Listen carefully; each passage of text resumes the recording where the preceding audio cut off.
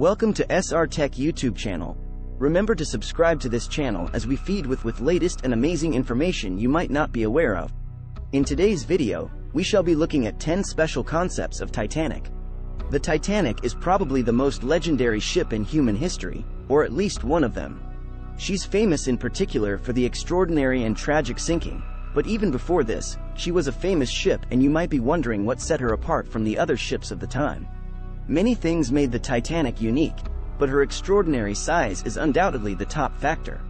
The Titanic was capable of carrying over 3,500 people, passengers and crew, and she was 32 meters high, not counting the stacks, 269 meters long, and 28 meters wide.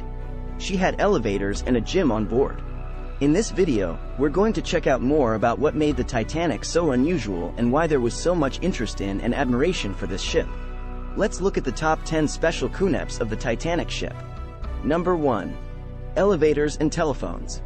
The Titanic was unique in the fact that she carried a functional telephone system, which could be used to communicate between multiple rooms. The user simply had to lift the handset and ask for a room, and the switchboard would connect the cable manually to the appropriate socket. It could handle 50 lines, many of which connected to service rooms. The telephone was in a room near the first-class elevators on the sea deck, and passengers could call various services. This included many of the stewards, the captain, the chief engineer, a restaurant pantry, the smoking rooms in first and second class, a baker's shop, grocery and butcher's shop, and surgery for all three classes, among more. The ship also had 4 functional elevators, 3 of which were dedicated to first-class passengers, and the 4th for second-class passengers. There was a lift attendant for each one. Number 2. Length and height. The Titanic's extraordinary size will always be one of the biggest features that people mention, and at the time of her launch, she was the largest moving man-made object in the world. Her size led the builders to add the 4th stack. Although the Titanic only needed 3 to function, they felt that 4 would look better, given the expanse of the ship. From the bottom of the ship to the top of her stacks, the Titanic measured around 175 feet.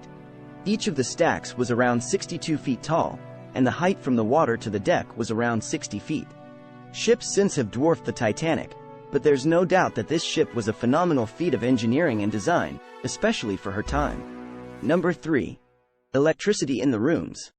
The Titanic had electricity throughout the ship, generated by the steam-powered engines. She used this for a whole range of tasks, and the first-class rooms had a power outlet as well as the standard light and fan. The electricity was also used for a wide range of functions on board, including the powering of the clocks. A master clock controlled all the others, which was important since the ship was crossing time zones. Even the third-class passengers had electricity and running water available. Number 4. Sailing speed. After her size, the Titanic's speed is probably one of her most notable features, and one of the ones that led to her demise. The Titanic was not sold on speed, her goal was comfort. This attracted many wealthy individuals to sail on her. However, she still offered impressive speed, although she generally only sailed at around 21 knots. She was sailing at around 22 knots when she struck the iceberg. Number 5. Passenger capacity. The Titanic could carry over 3,500 people, counting both passengers and crew. There were over 900 crew members on the Titanic, making up an enormous team of waitstaff, attendants, engineers, deckhands, and many more. The ship was carrying around 2,240 people when she sank, and more than 1,500 people were killed. Number 6. Luxuries on board. Some of the luxuries offered to first-class passengers on the Titanic were extraordinary for the time. The ship had Turkish baths, a gym, multiple smoking rooms, separate for both first-class and second-class passengers, squash courts, and her own heated swimming pool. There were deck games, a reading and writing room, opportunities to play backgammon and chess, and more. The Titanic also boasted a dining saloon and a restaurant, and the dining room was the largest of any ship. Her panels were carved from oak, sycamore, and mahogany. A live orchestra played in the evenings. The Titanic's first-class suites offered walk-in wardrobes, bathrooms, and large bedrooms. They were designed to be as comfortable as possible. There were also 2 barber shops on board. The Titanic was undoubtedly the most luxurious ship of her time. Second-class passengers were provided with a piano in the dining that they could play, plus a dedicated smoking room, and good food, though not nearly as luxurious as first-class passengers. Number 7. Coal consumption. To fuel her engines, the Titanic needed between 600 and 800 tons of coal per day. The steam generated by the ship powered her electricity as well as her movement. She used Welsh coal and was carrying 5,892 tons when she left. Number 8. Daily newspaper. To keep her passengers up to date with the world, the Titanic produced her own newspaper, which was actually printed on board the ship herself. This newspaper was called the Atlantic Daily Bulletin, and it provided passengers with a menu for the dining room, social gossip, adverts, stock prices, and horse racing results. It also offered news so that passengers were aware of the goings-on in the world around them during the 7-day voyage. Number 9.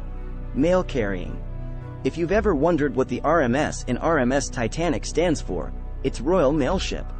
The fact that the Titanic also carried mail is a little-known fact, but it was an official transportation method of Britain's postal service, and was carrying mail even on her maiden voyage. She had a sea post office that was manned by 5 different mail clerks. 3 were American and 2 were British, and the ship was carrying around 7 million pieces of mail. None of this mail was ever recovered from the ship's wreckage, and it has presumably been destroyed by the Atlantic. Number 10. Food and water requirement. If you haven't thought about the food and drink requirements for this ship, you might be wondering how they could possibly feed all the passengers and crew for 7 days. It's believed that when the Titanic left, she was carrying around 40,000 eggs, 1,000 loaves of bread, 40 tons of potatoes, 11,000 pounds of fish, 250 barrels of flour, and 75,000 pounds of meat. Estimates do vary, but this should give you some indication of just how much food was on the ship, and that's not including the luxuries, such as lobster. The food offering varied enormously between the classes.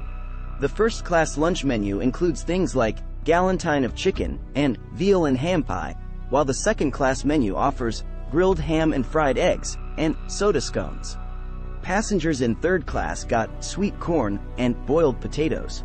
It's worth noting that while the third-class fare was poor, most ships required third-class passengers to provide their own food. Even with these variations, feeding the ship was undoubtedly an enormous task. There was also dealing with drinking water, and around 14,000 gallons were used each day on board. The ship also carried around 1,500 bottles of wine and about 20,000 bottles of beer. Hopefully, you've enjoyed learning about the top 10 special concepts of the Titanic ship. This ship stood out from all other ships at the time because of these features, and she has remained an amazing example of engineering, luxury, and beauty, even as modern ships have surpassed her. Everything about the Titanic was extraordinary. Kindly remember to subscribe to this YouTube channel,